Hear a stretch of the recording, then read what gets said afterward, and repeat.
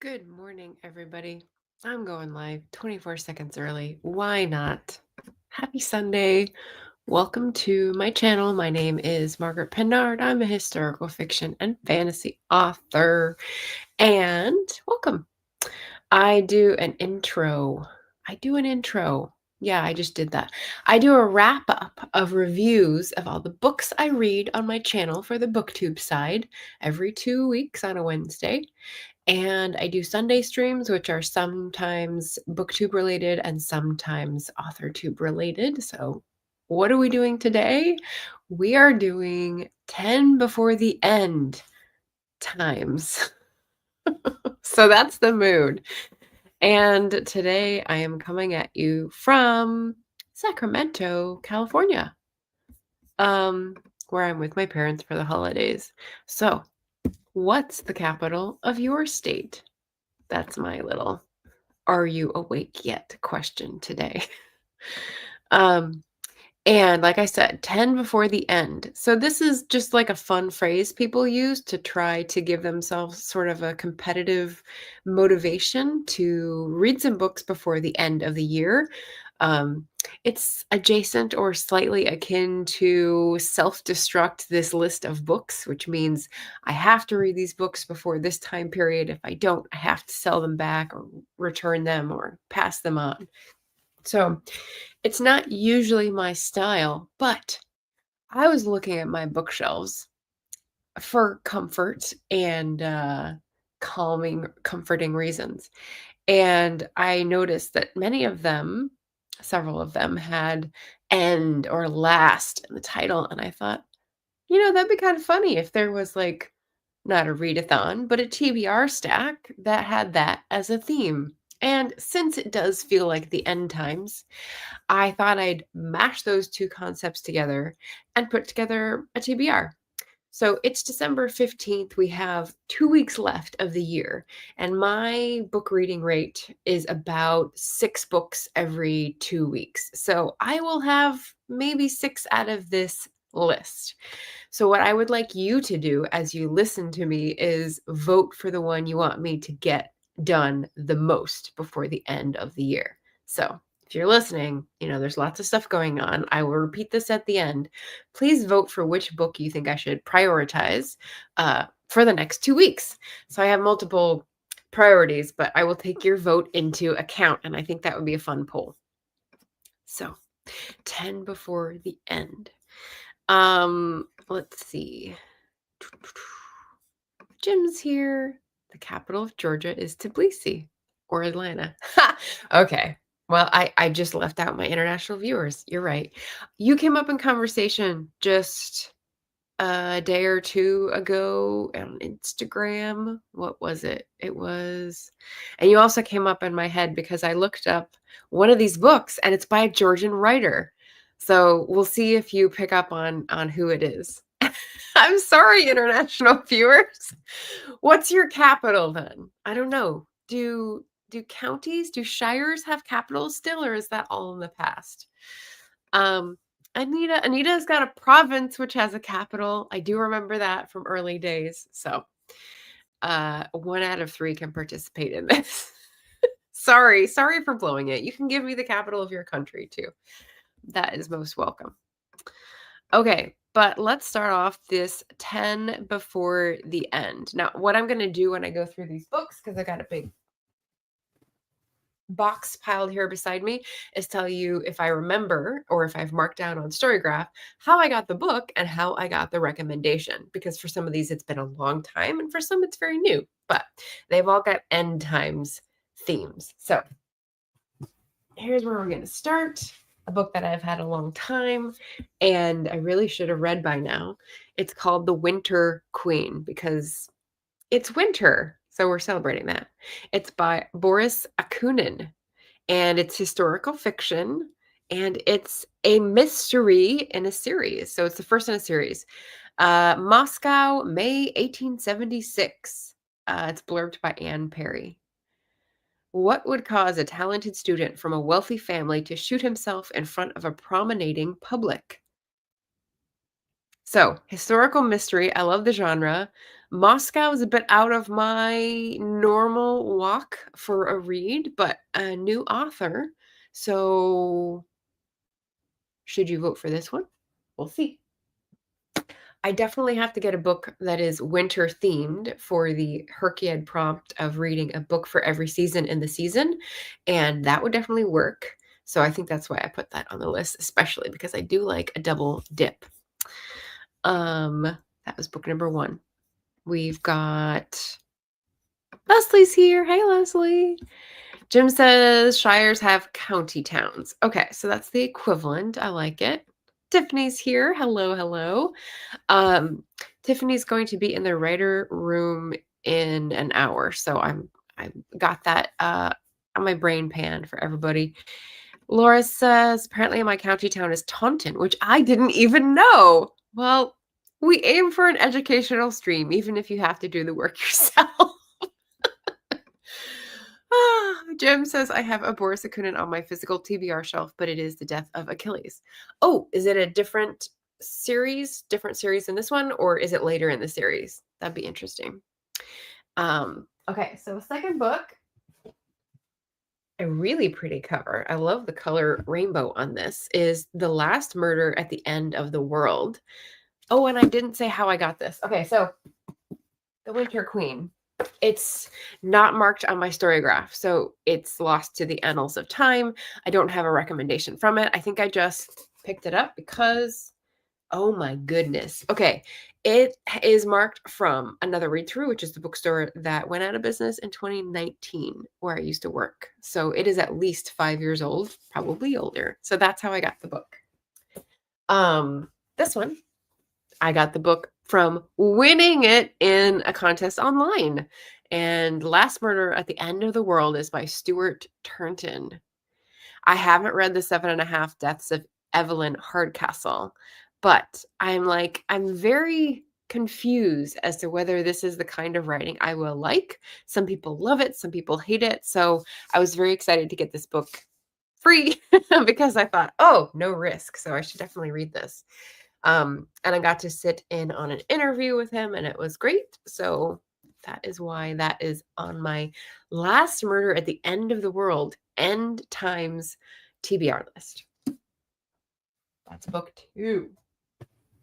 What else have I got? I've got The Last Ballad by Wiley Cash.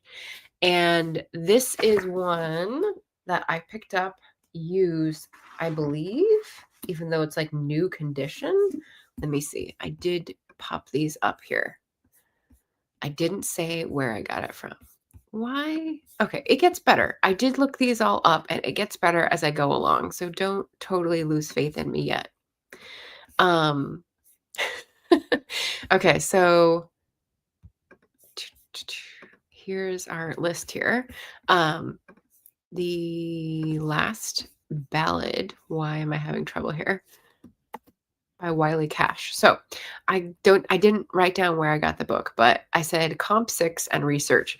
So I got this because I was interested in labor movements in the US and 1890s to 1910s because of that Chicago book. So this is actually like one for the drawer novel. So there is nothing doing with this one. It'll just be for pleasure. But it says Last Ballad. And I do know a little bit about Wiley Cash. He sounds very interesting. I don't know what his writing is like, though, because I haven't read him yet. So this would be a first. The Last Ballad. Oh, and I haven't told you what the last 2 were about either. Okay, so the first one was a historical mystery. The Last Murder at the End of the World. An inventive high-concept murder mystery. It's an ingenious puzzle, an extraordinary backdrop, and an audacious solution. So it's like there's an island and there's people on it and there's a fog and everyone outside the fog is dying and they need to figure out how to save themselves. That's what I know about the book. So this is why I'm kind of like, I hear people rave about this, but like it sounds really weird. So like, what's the mystery? I'm excited. And then this one, just to give you a better round out, than it was for my research into labor movements. 6 days a week, Ella Mae Wiggins treks to and from her 12-hour night shift at a mill in Bessemer City, North Carolina. Her husband has run off again, and she must keep her 4 children alive. It's 1929, and the mill's owners pay the workers less because they toil alongside African Americans. While the dirty, hazardous job earns LMA a paltry $9 a week, it's the only opportunity she has. So we've got 1929 going into the Depression. We've got North Carolina Southern racism. And I'm definitely seeing some class conflict coming as people strike or organize in the factory. So that's what I was excited to read about. Okay, so there we go. We've got Ven here to poop the like button. We'll catch the rerun off from my work Christmas night out. Oh, have fun. I hope you have some bling for your Christmas night out, Ven. Hope everyone's doing well. Laura says that is a very pretty cover. Yeah, I agree. The Death of Achilles is Aristophanes Mysteries #4. Okay, so it's in the same series. Interesting. Gareth is here. He says that sounds great. The Last Ballad, I think because that's what I was just talking about. Yes, it does. It does. So is that your pick? I'm going to ask you guys to vote in the comments afterwards to say which one should I prioritize, because I've only got about 6 books left and it's the holidays. So I'm trying to be present with family. So, there's competing interests and I probably won't get all 10. Okay, I'm going to do 2 more and then take a little break. Here's one, even though I knew the end. So this is a little different. Let's see, it's going to stop sharing. I should have switched over before I clicked out of the window. Yes, I should have. Okay, I'll do that next time. So this is that book, and you can see I did put a tag on this one. So this one I got at Ruby's Books, which is in Sacramento. So when I was here last time. So this I think is just a year old in my possession, and it's new. Is it new? I think it was discounted. That's why. It's a hardcover and it's really short. So I hate buying those new. So I'm pretty sure it was discounted as a remainder.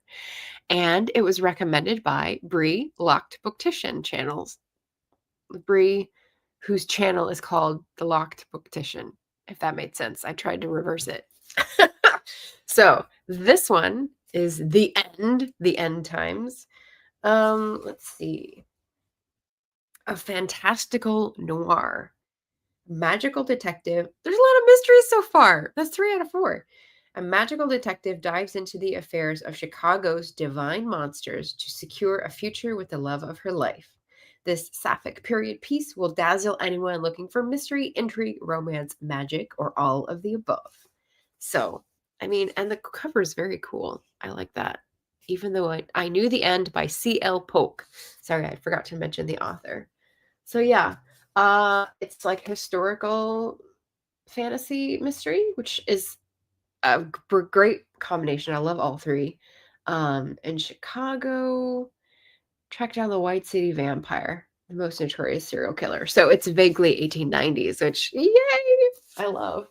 And it's blurbed by Lainey Taylor, who you will hear about later from Where I Got a Book, which is a funny little mystery. Okay, so I've gone through about half, and I'm wondering, Jim, do you know if any of these authors are Georgian? Because it's in that first chunk.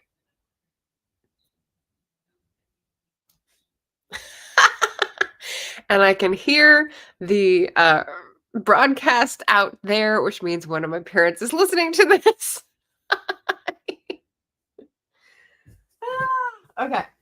So the answer to that question is that Boris Akunin is a Russian pseudonym for a Georgian author with a Kushvili last name that I don't remember at the moment, but that was a fun fact when I looked it up.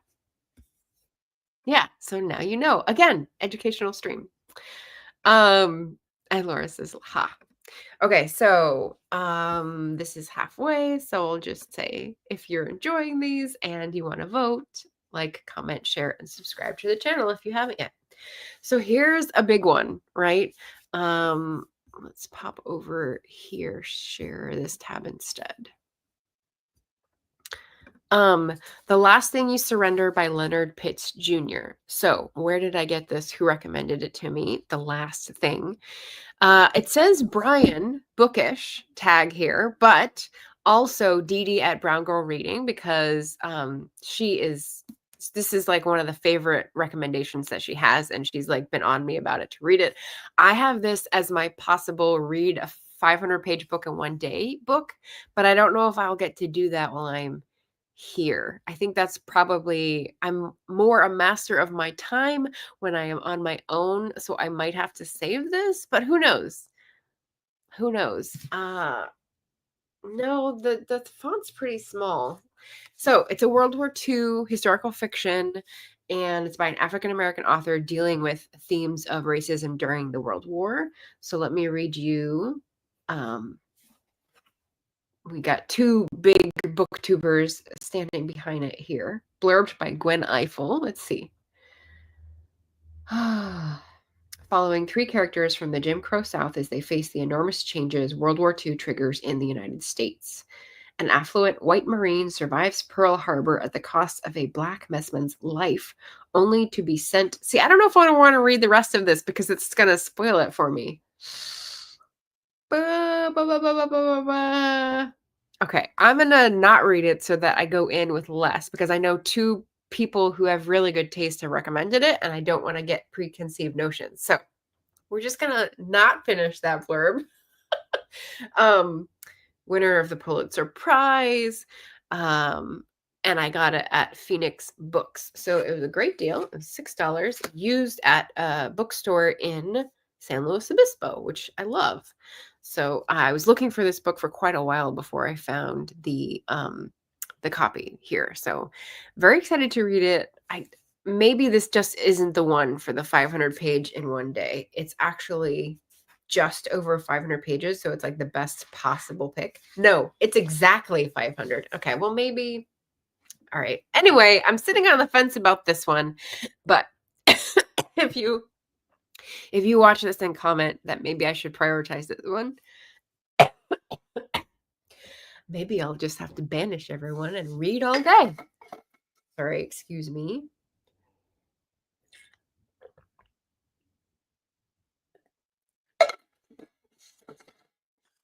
Oof. Okay, so we're halfway through the End Times books. What have we got next? Oh, what have I got next? Ooh. Okay. This, let's see if I have it up. I must have gotten out of order. Share this tab instead. There we go, so I don't miss one. So, The End of Policing, another End book by Alex S. Vitale. And this one, you can see my tag says Belmont Books. So that means that I got it in Portland, and I think this was recent, within the last year, and it was used. So I'll just read what it says on the front here. The problem is not police training, police diversity, or police methods. The problem is the dramatic and unprecedented expansion and intensity of policing in the last 40 years. Fundamental shift in the role of police in society. The problem is policing itself. So instead of defunding the police as a slogan, this is looking into, I'm assuming, the origin of policing, which is very interesting in the 19th century, and then looking into how the institution and the relationship of government organizations has evolved, and what biases are baked in, and what problems that has created for us. It might be American focused. I'm pretty sure it is. I don't know anything about Alex Vitale, so I got this recommended on a list, but I didn't write who recommended it to me. So I just thought this would be an interesting read, nonfiction for the end of the year, because it's the end of policing. Dee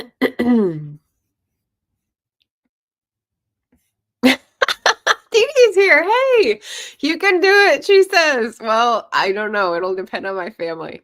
And Dee Dee's pointing out, good point, the follow-up is out already, and it's called 54 Miles for Leonard Pitts Jr. So yeah, I'm glad you got here just in time to see that one. Okay. All right. So yeah, so End Times books, and that looks like it'll be a good one. So we'll try to get to it before the end of December. Oh, okay. But his name is Georgian. He's a Georgian born and, like his family. He moved to Russia when he was 2 years old. I didn't see that part. I know that Boris Akunin is not his real name. It's a pen name. So that's why I was like, "Oh, he's a Georgian writer."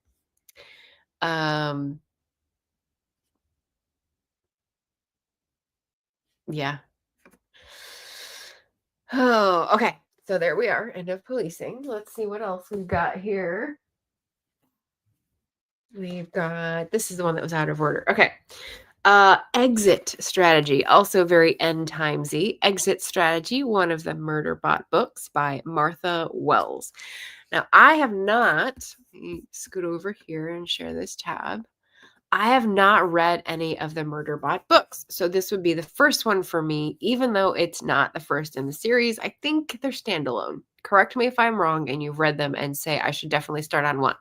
But these books are hard to find in paperback. They're mostly in hardcover as novellas or very short books. And so again, just like even though I know the end, I find it hard to pay $20 or more for a hardcover new novella. So I'm going to be looking for, other versions, but this is the first one that came to me and I want to try it because people say it's really good and like really comforting, which is an interesting choice for Murderbot. But if you haven't heard of the Murderbot books, this is the fourth and final part. There's got to be more than this, right? I thought there was like a long series. Are there only 4 books? Okay, here's the blurb on the back. Murderbot wasn't programmed to care, so its decision to help the only human who ever showed it respect must be a system glitch, right? Having traveled the width of the galaxy to unearth details of its own murderous transgressions, as well as those of the Grey Chris Corporation, Murderbot is heading home to help Dr. Mensa, its former owner, protector, friend, end parenthesis, submit evidence that could prevent Grey Chris from destroying more colonists in its never-ending quest for profit. Sound familiar? But who's going to believe a sec unit gone rogue? And what will become of it when it's caught? Interesting. So, talking about a robot who has a mission, who transgresses its nature, and what will be done. So, I mean, let me know if I shouldn't start with this and I should actually find the first one from the library and read it in order. What do you think? But Exit Strategy sounded like a fun one for the end of the year, end of 24.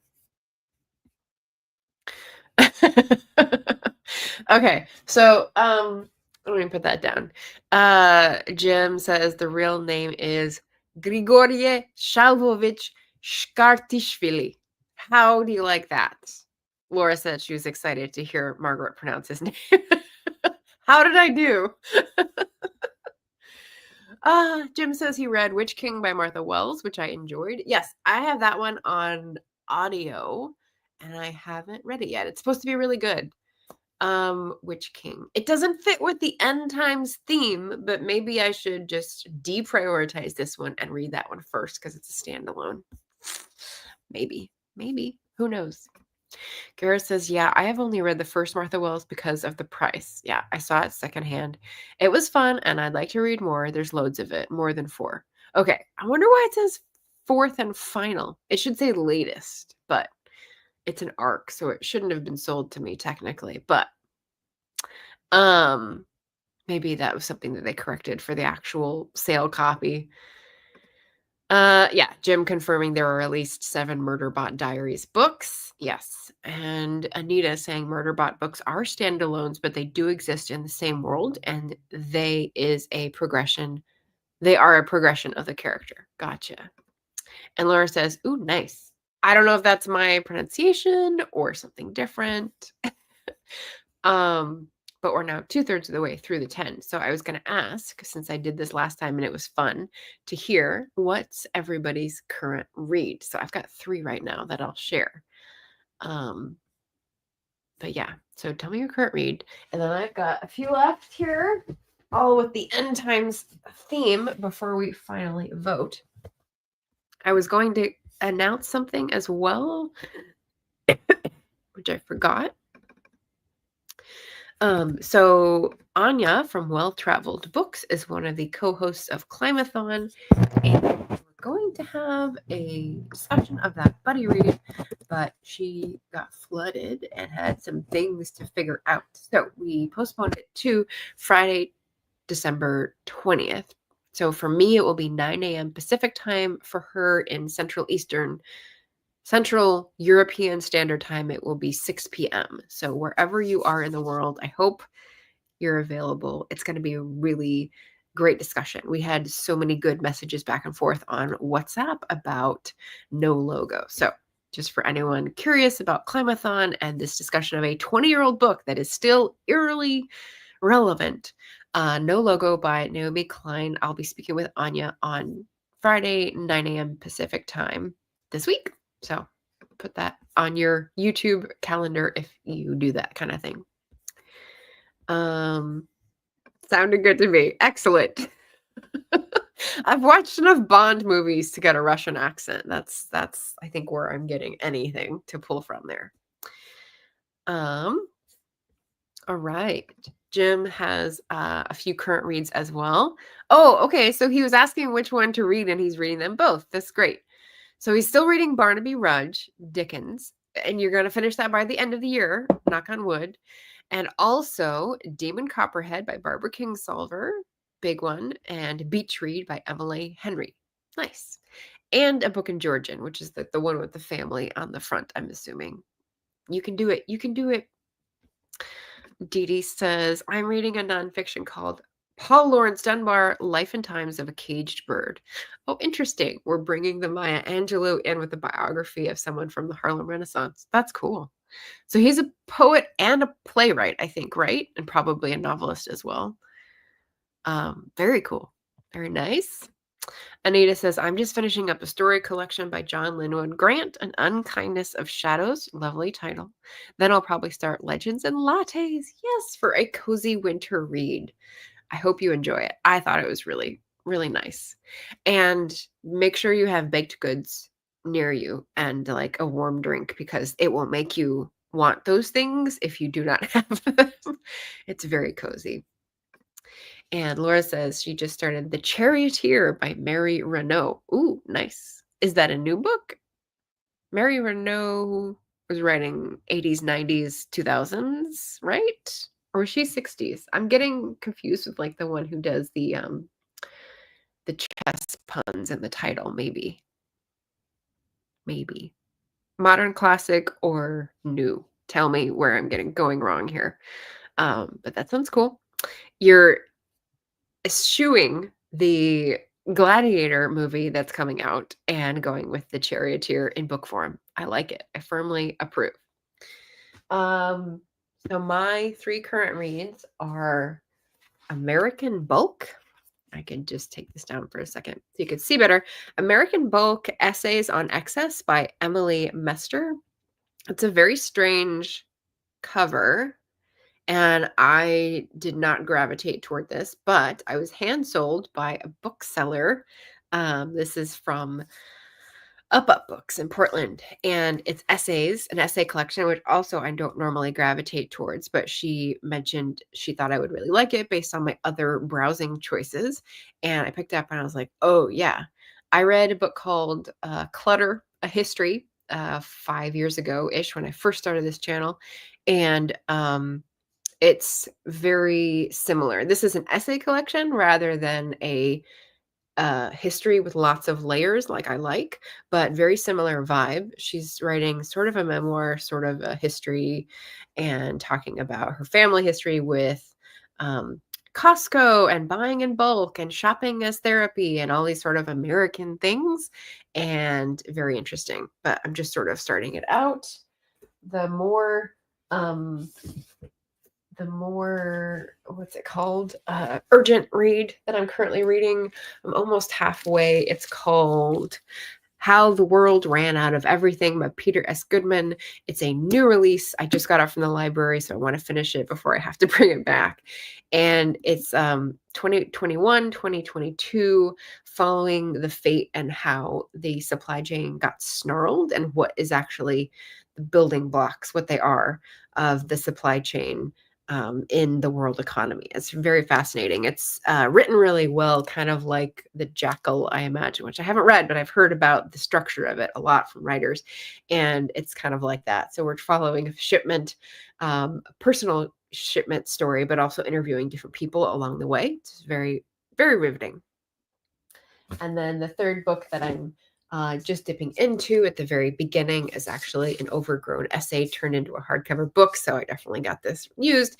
It's called The Uninhabitable Earth, Life After Warming by David Wallace Wells. And man, I did not expect him to look so handsome on the cover. I figured it was going to be like, I figured with this name, he was going to look more like the guy who narrates the nature documentaries. So that was a fun surprise.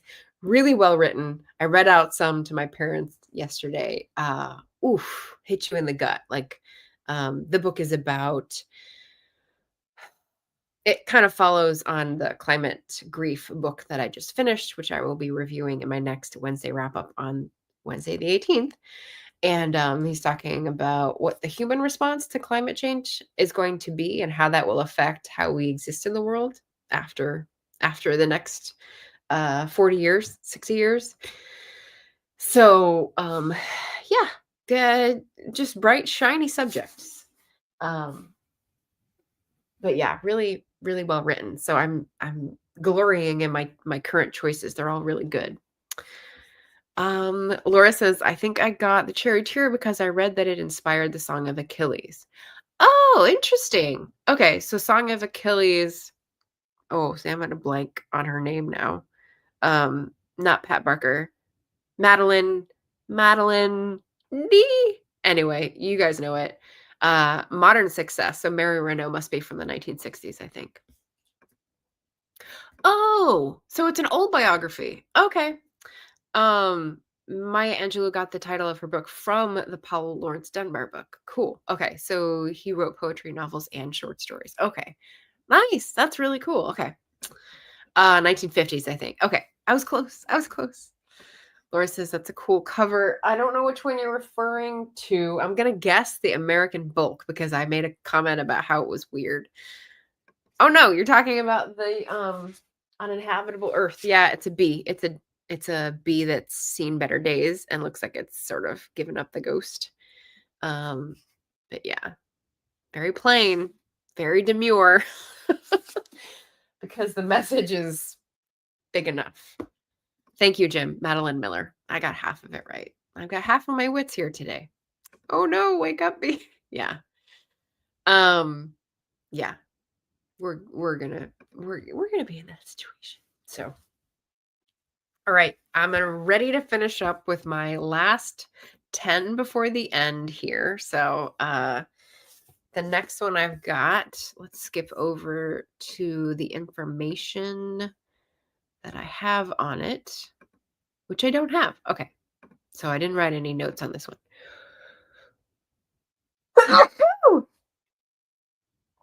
Bean always gives me this look when I sneeze, like, what's happening? You're okay. Yeah, he's okay. Yeah, that'll be us. A bean bee, a bin bee. Okay, so this is one I don't have notes on because I have had this so long. And they don't have this cover on Storygraph. They only have like a newer version. It's called The Last American Man. It's a book by Elizabeth Gilbert before she was famous. And that is how long ago. Like I got this when I was reading Eat, Pray, Love. So it's a long time. Let's see. It just says $3, so I don't know where I got it from. It's jacked. The binding is coming apart. So like, I don't know if you could see it. There, like the binding's coming out of center there. So I got it because I wanted to see what her nonfiction was like before she did her memoir. and it's about like masculinity in America and how it's changed. And it's like a sociology book, which seemed interesting for a journalist type approach.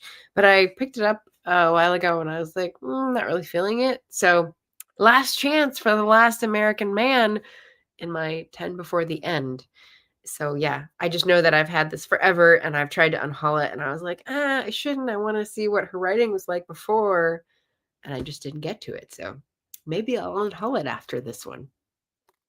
We'll see. Maybe this is someone's vote for the one I should prioritize. We'll see at the end. The next one I do have a tab to share, and that is the last hours of ancient sunlight. The fate of the world and what we can do before it's too late. But as you can see, this was first published in 1998. So it's another 20-year-old book. This one is printed in 2004. So, second printing or fifth printing or whatever it was, by Tom Hartman. It says revised and updated in 2004. So 20 years old still. It says hope for the future on the back. I don't know. I was struck by the title because Last Hours of Ancient Sunlight sort of blew my mind when I first heard about it, because ancient sunlight having created the dinosaurs and the dinosaurs having created fossil fuels, in a very, simplified way. The last hours, it's sort of like the end of the way we can exploit fossil fuels. So I thought that was really interesting. And nonfiction book, sort of about science, sort of about collective action, maybe. Well, everything appears to be collapsing around us. Eco damage, genetic engineering, virulent diseases, the end of cheap oil, water shortages, global famine, wars. We can still do something about it and create a world that will work for us and for our children's children. The inspiration for Leonardo DiCaprio's web movie, Global Warming, details what is happening to our planet, the reasons for our culture's blind behavior. That's interesting. And how we can fix the problem.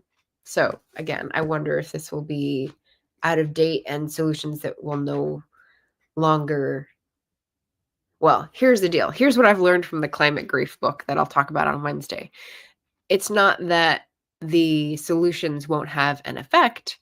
It's just that they will have no way to slow down the catastrophe enough so that we can maintain, or retain, I should say, our modern lifestyles. Things will change. The weather will continue to get worse because we have so much climate debt, so much greenhouse gas in our system. And it takes so long for it to go away. But I'm interested in the solutions that he will propose, and if we've made progress on any of them in the past 20 years. I'm going to say no, but we'll see. That could be interesting. Kind of like how we read No Logo and have thoughts. You definitely have thoughts. All right.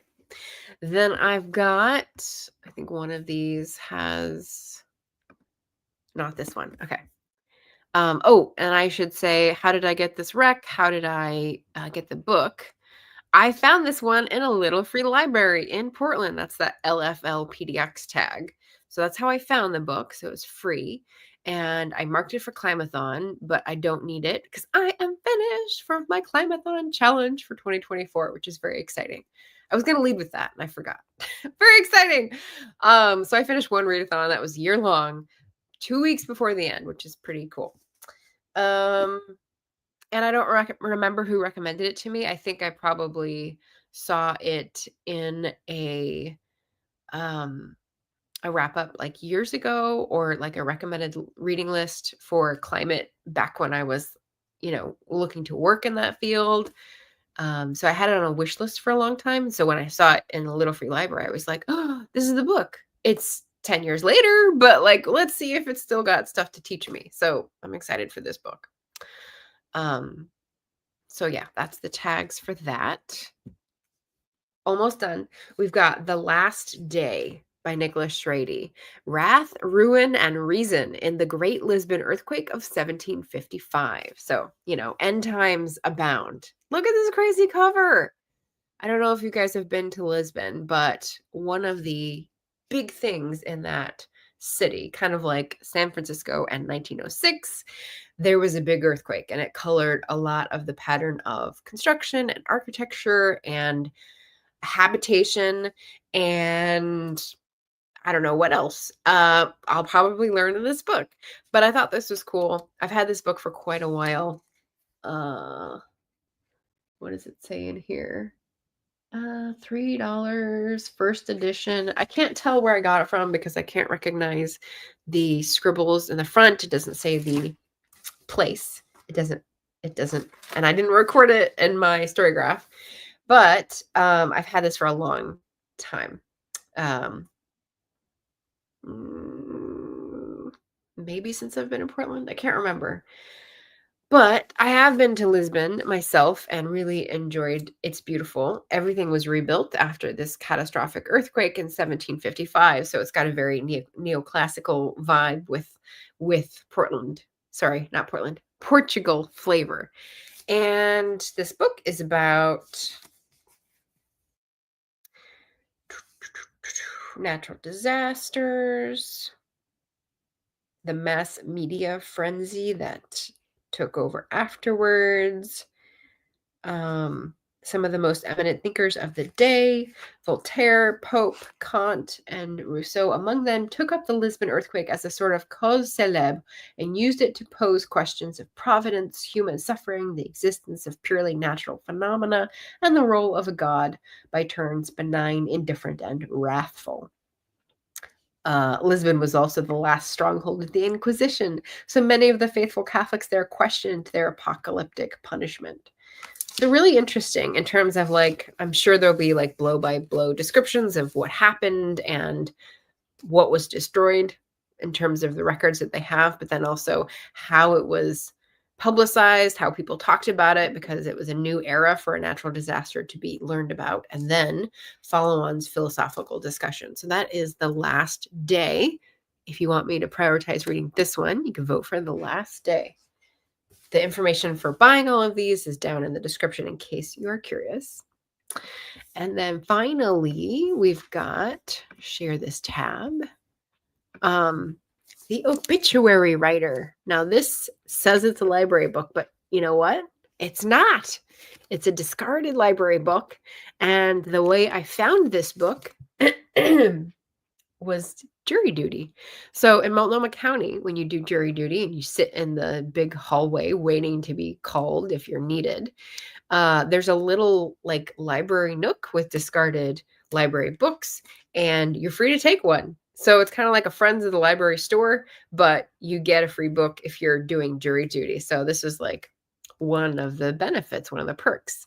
The other perk, and this is the last time I've done jury duty, and it was really cool, was that one of my author idols was also there waiting in the hallway. And so I sidled up to Laini Taylor and said, "Hi, I'm a big fan." And, you know, I didn't ask her to sign anything. I just said, like, I really loved your books, and Daughter of Smoke and Bone, blah, blah, blah. Another Portland writer. So I just had a fangirl moment and got to meet Laini Taylor, and she was lovely. So that memory is all wrapped up in this book. So I don't know why I haven't read it. It's The Obituary Writer by Anne Hood. Excuse me again.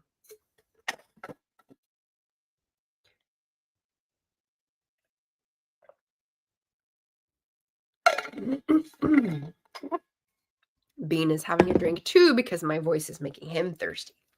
So Anne Hood is a writer who I don't think I've read before. I might have read something of hers a long time ago.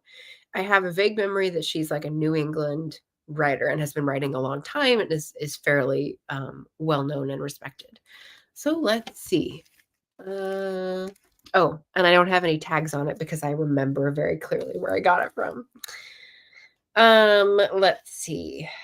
On the day John F. Kennedy is inaugurated, Claire, an uncompromising young wife and mother obsessed with the glamour of Jackie O, struggles over the decision of whether to stay in a loveless marriage or follow the man she loves and whose baby she may be carrying.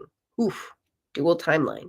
Decades earlier, in 1919, Vivian Lowe, an obituary writer, is searching for her lover who disappeared in the Great San Francisco earthquake of 1906. Ooh, there's two earthquake books. Maybe I should do them together. By telling the stories of the dead, Vivian not only helps others cope with their grief, but also begins to understand the devastation of her own terrible loss.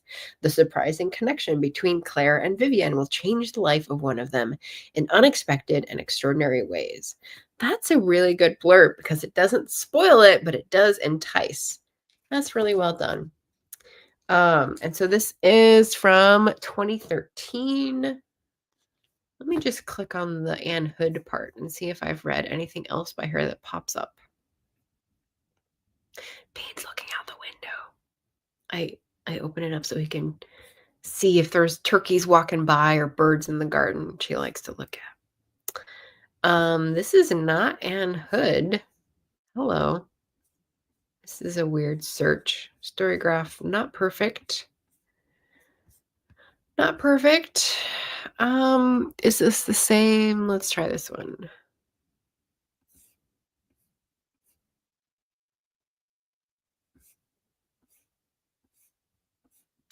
Weird. Okay. It's not showing that I've read any of these, but I definitely was interested in that one. It's ringing a bell. Okay, and this one is on my list. Okay. Well, close. Close, close. Uh, Catching up on the chat here, Jim said, "Goes on tight, thank you." And Anita says, "The last day looks interesting. I'll have to add it to my TBR. Yay, Lisbon earthquakes." Jim says, "In the Lisbon earthquake, it had a few people questioning Christianity, as many churches were destroyed and the brothels were spared." Oh, interesting detail. That's pretty cool.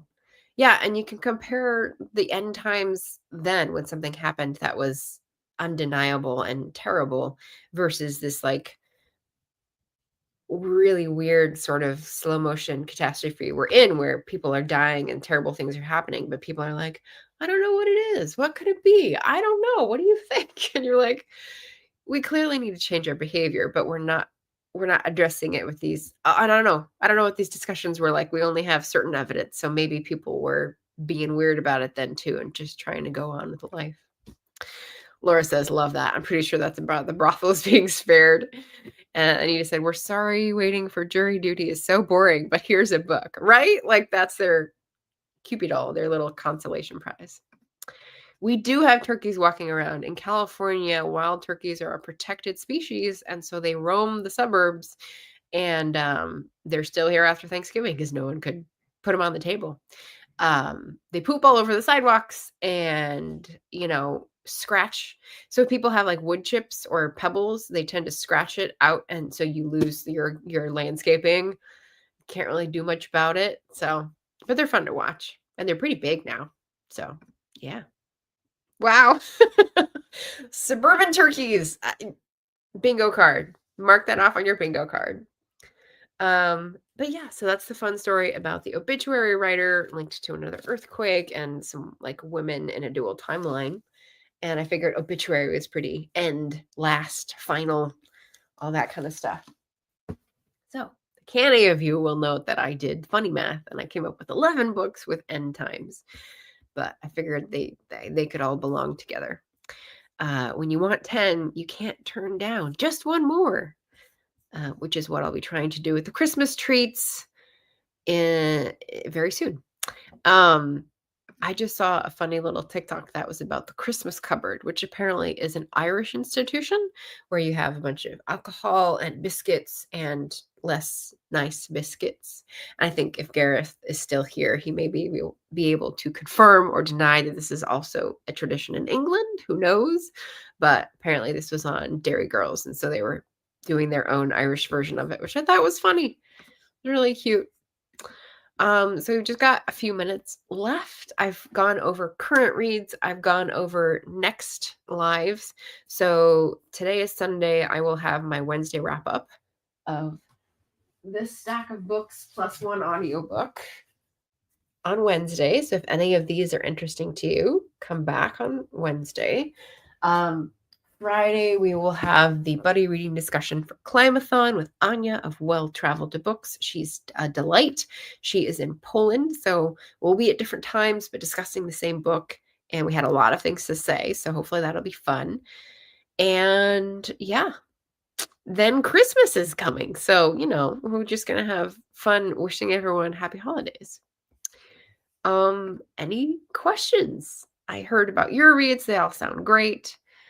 Oh, okay. So Laura says, can confirm, in England, we totally have a Christmas cupboard or table. Nothing must be touched until the day. That's fun. We don't have that. We have Christmas treats leading up to, because I think it like gets us in the Christmas spirit. We've got decorations, we've got a tree, we've got lights, we've got hanging stuff on the house, which is sort of like a very modern thing. And of course, we'll have people come over during the week, which will be fun. So looking forward to it. And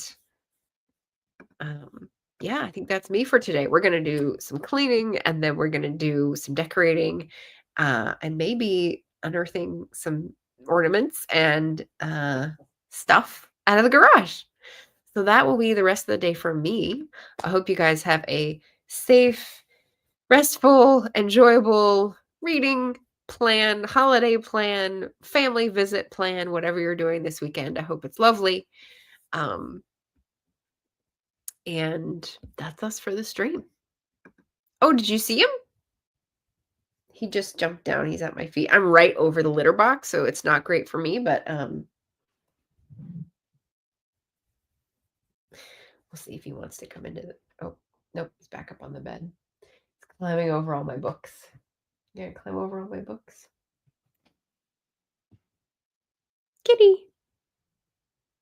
Cameo. And Gareth had a question. So one question, when do you put your decorations up? So I actually had a stream last Monday for members that was about decorating. And my apartment back in Portland is decorated in my backdrop because that was my like fun little thing to do. So I don't have anything here because I didn't bring them with me. I just left it up there. So I'll be going back after New Year's to all the Christmas decorations, which whatever. My parents have already decorated. But there's always more to do. There's always more to add. I went on a long walk yesterday in the neighborhood, and not everyone, 80% of people have decorations out in the yard, whether that's the things where you're blowing up a big nylon structure of a snowman, or it's wooden like art that is wintry, or it's lights, or there was one that had like lots of figures out on the lawn and like a little dollhouse with all these Christmas dolls inside, which was interesting. But yeah, people are very into it in this neighborhood. So it is the 15th and they're all already up. And they have been for a few days because they were up when I got here. Jim says Christmas here is 7 January, which is after 12th night. Interesting. So Russian Orthodox being slightly different from the other rules that I guess I knew of. Okay, so very nice. Or Eastern Orthodox, I should say, for Georgia. Oh, okay. We've got the first vote. So if you're watching this on the replay, please vote down below. Don't forget, tell me what your recommendation is. Which book should I prioritize out of those 10 plus 1? Yeah, all for the kitty. Nice to see it as you walk around. Yeah, it's nice. And especially because some people take it down right after. So the more you have it up before, the more you get to enjoy it and like laugh or just, oh, which is nice. All right. Well, I hope that gives you the happy Christmas feels, everybody. We'll see you again on Wednesday or Friday or next week. Happy reading and take care, everybody.